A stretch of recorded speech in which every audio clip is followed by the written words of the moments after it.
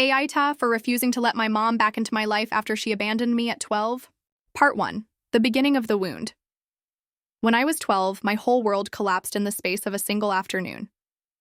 My mom packed a single suitcase, scribbled a note that only said, "I need to find myself," and disappeared. I remember staring at the piece of paper, barely able to process the words. I was a child. At 12, I still believed parents were superheroes, flawed maybe, but unshakably present. And in a single day, she shattered that illusion. I lived with my dad after that. To be fair, he tried his best, but he wasn't prepared to raise a child alone. He had his own wounds from her betrayal. How do you explain to a heartbroken man why his wife would abandon both him and her daughter? I remember the nights I would hear him crying through the thin walls. He thought he was quiet, but I knew. At school, I started withdrawing. Teachers noticed my grades slipping. Friends noticed I didn't smile as much, but no one knew the truth. I was too ashamed to admit it. What child wants to say, "My mom didn't love me enough to stay"? Part 2. Teenage survival, the years that followed hardened me. At 13, I was already cooking dinners for myself because Dad often worked late shifts. At 14, I stopped inviting anyone over because the house always felt too empty, too broken. At 15, I decided crying was pointless and started channeling everything into studies. If Mom could walk away so easily, then I had to prove, if only to myself, that I was strong enough without her. But strength built on wounds has cracks. I would see other girls with their moms at school events, laughing, whispering inside jokes, shopping for prom dresses. I would smile like it didn't hurt, but the truth is it cut me every single time. When I turned 16, Dad bought me a dress for prom. He tried, he really did. But he didn't know how to pick something that made me feel beautiful. I smiled and told him I loved it. But inside, I mourned the moment that should have been mine with Mom. Part 3. The ghost returns fast forward. I'm 26 now. I built my life without her. I went to college, scraped together scholarships, and worked 2 jobs. I built friendships that felt like family. I even found love. My fiancé, Jake, who knows every jagged edge of my story and still looks at me like I'm whole. And then last year, the ghost of my past reappeared. Out of nowhere, my mom messaged me on Facebook. Her profile picture was of her with a man I didn't know, smiling like she hadn't left destruction in her wake. Her message was short.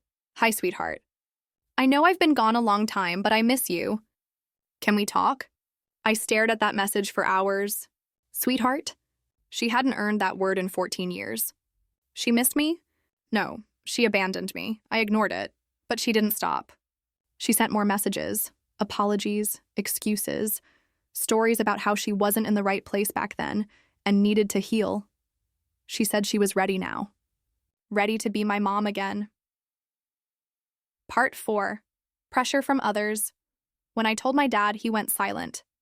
Then he said, "It's your choice, kiddo. I'll support you either way." But I could see in his eyes the old pain resurfacing. He didn't want her back. My aunt, on the other hand, called me selfish. "She's still your mother," she said. "Blood is blood. Don't you think she deserves forgiveness? She's older now. People make mistakes. That word made my blood boil. A mistake is forgetting a birthday card. Abandoning your child is not a mistake, it's a choice. Still, the pressure built. Cousins I barely spoke to messaged me about giving her a chance.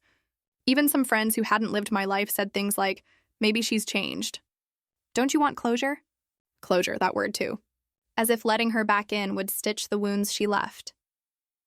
Part 5. The confrontation. Eventually, I agreed to meet her. Not because I forgave her, but because the messages became relentless. I needed her to hear the truth from me directly. We met at a cafe. I arrived early and sat there trembling, staring at the door. When she walked in, I almost didn't recognize her. Older, softer, her hair streaked with gray, but her smile, wide and desperate, was the same. "Sweetheart," she said again, rushing to hug me. I stepped back. We sat. She launched into her story. She'd left because she was suffocating, because she needed to rediscover who she was, because she wasn't strong enough to be a mother back then. She cried. She begged, and then she said the line that broke me all over again. "But I'm ready now. I want to be your mom again. I want to walk you down the aisle, meet my grandchildren someday, make up for lost time." I laughed. Bitter, sharp, broken. "You can't just decide to be my mom again like it's some hobby you dropped." You left, you missed everything. You don't get to come back just because you're ready now. Her tears fell harder. She said she loved me, that she always had, that she thought of me every day. I stood up, shaking. If you loved me, you wouldn't have left. Love doesn't abandon, and I walked out. Part 6. Fallout. Since then, the drama has been relentless. My mom tells everyone I'm cruel, unforgiving, that she's changed, but I won't give her a chance. Relatives bombard me with messages about how ungrateful I am. My dad stays quiet but supports me privately. Jake tells me I did the right thing for my own peace. But sometimes, late at night, the doubt creeps in.